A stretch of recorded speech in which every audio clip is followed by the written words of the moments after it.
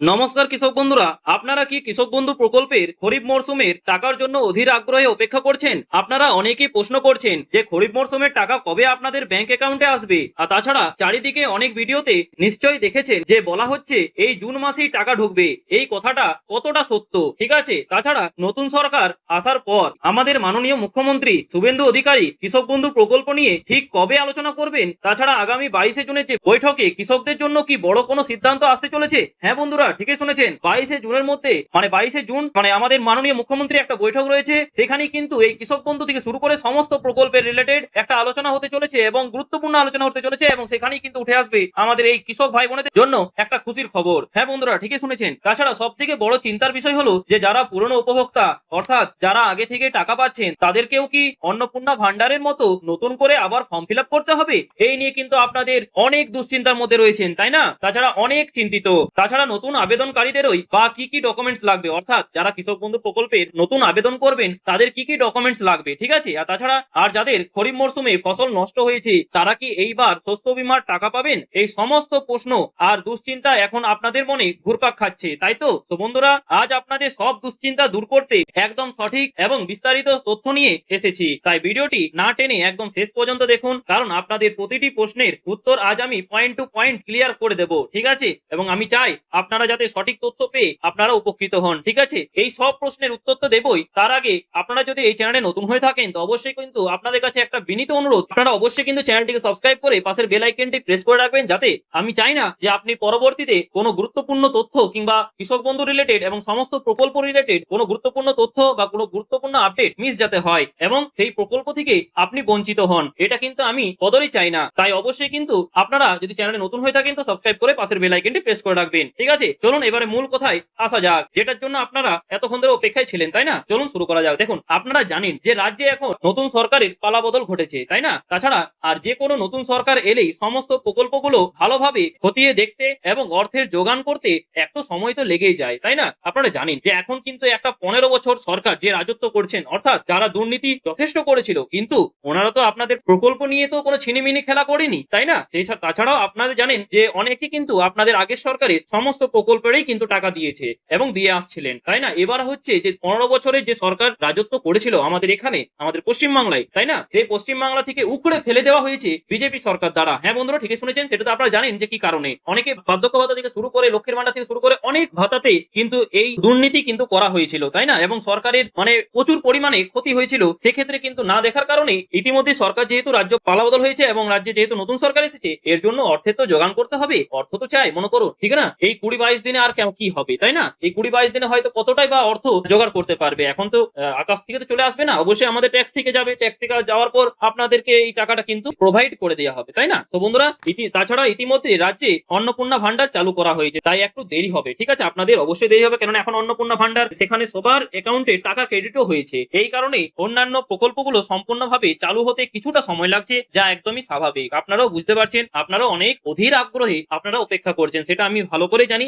একটু অপেক্ষা করুন, কমসে কম 22শে জুন পর্যন্ত অপেক্ষা করুন। অবশ্যই কিন্তু একটা পজিটিভ খবর আমাদের মাননীয় মুখ্যমন্ত্রী শুভেন্দু অধিকারীর থেকে একটা কিন্তু আপডেট কিন্তু আপনারা পাবেন, যেহেতু আপনারা অবশ্যই কিন্তু এই চ্যানেলের মাধ্যমে কিন্তু পাবেন। তাছাড়া এবার আসি আপনাদের সব থেকে বড় প্রশ্নে, যেটা হচ্ছে অনেকেই ইউটিউবে নানা ভিডিও দেখে ভাবছেন যে এই জুন মাসেই হয়তো কৃষক বন্ধুর টাকা ঢুকে যাবে, তাই তো? তো বন্ধুরা, আপনাদের পরিষ্কার ভাবে জানিয়ে রাখি যে এই জুন মাসে কিন্তু আপনাদের অ্যাকাউন্টে কৃষক বন্ধুর টাকা ক্রেডিট হচ্ছে না। হ্যাঁ বন্ধুরা, ঠিকই শুনেছেন, কেননা আমি আপনাদের মন জয় করতে আসেনি। তাহলে আপনি বলবেন যে দাদা সব তো বুঝলাম, তাহলে টাকা কবে থেকে পাবো, ঠিক আছে? অর্থাৎ মানে টাকা কবে থেকে আপনি পাবেন, তাই তো? এ নিয়ে আপনাদের প্রশ্ন যে আমরা তাহলে টাকা কবে থেকে পাবো দাদা, সেটা তো বলো। সেটাও বলে রাখি, সেটা হচ্ছে আপনাদের এই খরিফ মরশুমের টাকা ঢোকার এক্সপেক্টেড বা সম্ভাব্য তারিখ হলো আগামী 1 জুলাই। হ্যাঁ বন্ধুরা, ঠিকই শুনেছেন, আগামী 1 জুলাই থেকে কিন্তু ধাপে ধাপে আপনাদের অ্যাকাউন্টে কৃষক বন্ধু প্রকল্পের টাকা আসা শুরু হবে বলে আশা করা যাচ্ছে এবং বিভিন্ন বিশেষজ্ঞ থেকে শুরু করে এই রিলেটেড এক্সপার্ট যারা রয়েছেন, যারা উচ্চ পদস্থে রয়েছেন, ওনারাও কিন্তু এই দাবি করছেন যে আপনাদের অ্যাকাউন্টে 1 জুলাই থেকে কিন্তু আপনাদের কৃষক বন্ধুর টাকা কিন্তু ক্রেডিট হতে শুরু করবে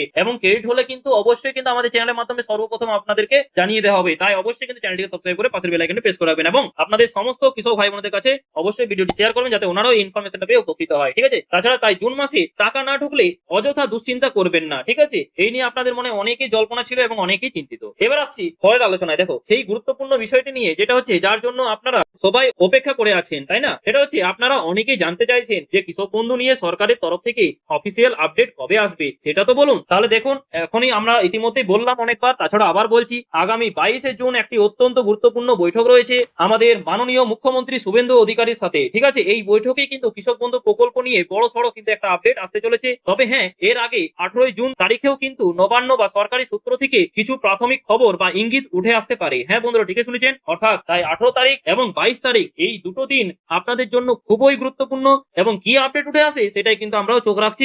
কিছু জানকারি এলে অবশ্যই কিন্তু জানিয়ে দেওয়া হবে। এই 22 তারিখে কিন্তু মুখ্যমন্ত্রী স্পষ্টভাবে জানিয়ে দেবেন যে কবে থেকে অফিসিয়ালি টাকা দেওয়া শুরু হচ্ছে এবং কোন নিয়মে কি কি পরিবর্তন আসছে এবং কিভাবে আপনাদের অ্যাকাউন্টে টাকা ঢুকবে। এরপর চলে আসি তারপরের পয়েন্টে, সেটা হচ্ছে এই মুহূর্তে কৃষকদের মনে সব থেকে বেশি যে প্রশ্নটা রয়েছে তা হলো যারা পুরনো আবেদনকারী। হ্যাঁ বন্ধুরা, ঠিকই শুনেছেন, যারা পুরনো আবেদনকারী অর্থাৎ আপনারা, অর্থাৎ যারা আগে থেকে কৃষক বন্ধুর টাকা পাচ্ছিলেন, তাদেরকে কি আবার নতুন করে আবেদন করতে হবে? এই নিয়ে আপনাদের প্রচন্ড পরিমাণ জল্পনা এবং প্রচন্ড পরিমাণ দুশ্চিন্তা রয়েছে, তাই না? যে আমরা তো পুরনো আবেদনকারী, আমরা তো টাকা পেতাম, আমাদেরকেও কি আবার নতুন করে ফর্ম ফিল আপ করতে হবে? আবার বিডিও অফিস, এসডিও অফিসে যেয়ে পরে কিন্তু আমাদের ফর্ম ফিল আপ করতে হবে? এত হয়রানির শিকার হতে কি পারবো আমরা? সেই নিয়ে আপনাদের মনে অনেকেরই দুশ্চিন্তার মধ্যে রয়েছেন, তাই না? আমি জানি। তো বন্ধুরা, আপনাদের কাছে বিষয়টি আমি খোলাখুলি বলছি, সেটা হচ্ছে আপনারা দেখেছেন যে অন্নপূর্ণা ভান্ডারের ক্ষেত্রে সবাইকে নতুন করে আবেদন করতে হয়েছে। ঠিক সেই কারণেই কৃষক বন্ধু প্রকল্পের ক্ষেত্রেও কিন্তু পুরনো উপভোক্তাদের তথ্য যাচাই করার জন্য নতুন করে আবেদন বা রিনুয়াল করার একটা সম্ভাবনা প্রবলভাবে তৈরি হয়েছে। তবে এটা নিয়ে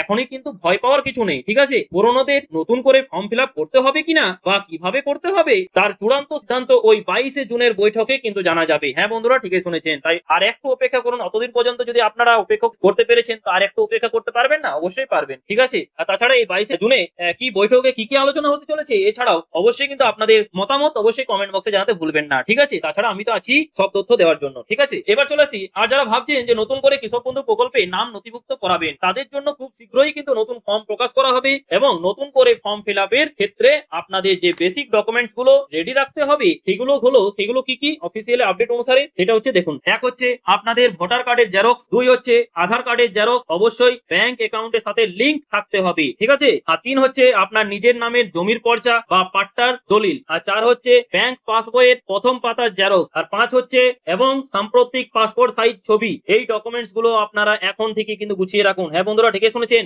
এখন থেকে গুছিয়ে রাখুন। যখন ফর্ম ফিল আপ হবে তখনই কিন্তু এগুলোরই জেরক্স নিয়ে আপনাদেরকে জমা দিতে হবে এবং নিচে সেলফ অ্যাটেস্টেড করে দিতে হবে, অর্থাৎ ছবি তো লাগাবেনই। ঠিক আছে, আর এই জেরক্স গুলোর নিচে কিন্তু আপনি সই করবেন, সবগুলোতেই কিন্তু একবার করে নিচে সই করবেন কিংবা থাম দেবেন। ঠিক আছে, মানে বুড়ো আঙুলে ছাপ দেবেন, কোনো চাপ নেই, বাঁ হাতে সেটা দেবেন, কোনো প্রবলেম নেই। তাই নতুন সরকার কৃষকদের পাশে আছে। 22 তারিখের পরেই এই শস্য বীমার টাকা ছাড়ার বিষয়েও নির্দেশিকা চলে আসবে বলে আশা করা যাচ্ছে। একটু ধৈর্য ধরুন, আপনাদের ন্যায্য পাওনা কিন্তু আপনারা ঠিকই পাবেন। কিন্তু আমাদের রাজ্যের এই কৃষক বন্ধু প্রকল্পে যদি আপনারা যুক্ত থাকেন, তবে কোনো উপভোক্তার মৃত্যু হলে তার পরিবারকে সরকারের তরফ থেকে মৃত্যুজনিত ক্ষতিপূরণ হিসেবে 2 লক্ষ টাকা দেওয়া হয়। হ্যাঁ বন্ধুরা, ঠিকই শুনেছেন। এই সুবিধাটা কিন্তু কৃষক বন্ধু প্রকল্পের একটা বিশাল বড় দিক, বা যা বিপদের সময় কৃষক পরিবারগুলো খুব কাজে আসে। তাই নতুন করে আবেদন শুরু হলে যারা এখনো যুক্ত হননি, তারা অবশ্যই কিন্তু এই প্রকল্পে নাম নথিভুক্ত করাবেন। ঠিক আছে, ইতিমধ্যে কিন্তু অন্নপূর্ণা ভান্ডারে 28 লক্ষ মহিলার কিন্তু টাকা ইতিমধ্যে ক্রেডিট হয়েছে, তাই না? আপনারা সোশ্যাল মিডিয়াতে অবশ্যই কিন্তু শুনে নিয়েছেন, তাই অবশ্যই কিন্তু আপনারাও পাবেন, চিন্তার কোনো কারণ নেই। ঠিক আছে, নতুন সরকার অবশ্যই নতুন নতুন প্রকল্প নিয়ে এবং এই যেগুলো পুরনো প্রকল্প সেগুলো কিন্তু চালু রাখবে, চিন্তার কোনো